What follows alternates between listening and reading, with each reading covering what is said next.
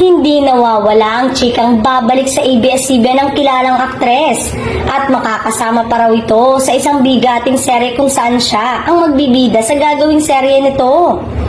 Marami naman ang deadma sa chikang ito dahil marami na may ayaw na bumalik ito sa ABS-CBN o ayaw na makatrabaho ng ilang taga-network. At tanda namin sinabi ng isang bossing ng network na sakit siya ng ulo, mahirap siyang katrabaho. Kaya kaagad nitong kinorek ang lumalabas na chika. Sabi ng TV executive, babalik nga daw ito ngunit walang kasiguruduhan kung tatanggapin siya ng mga audience sa TV. Hindi lang alam sa ibang unit, I doubt kung may offer siya sa TV. Sabi naman ng pangalawang TV executive, I don't know kung saan talaga nang gagaling ang issue.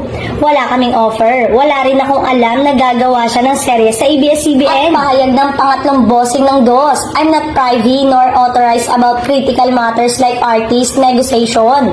So honestly, hindi ko po alam. The next day ng head ng TV production na si Direk Laurenti Jogi tungkol sa pagbabalik nito sa DOS pero hindi pa, wala pang sagot.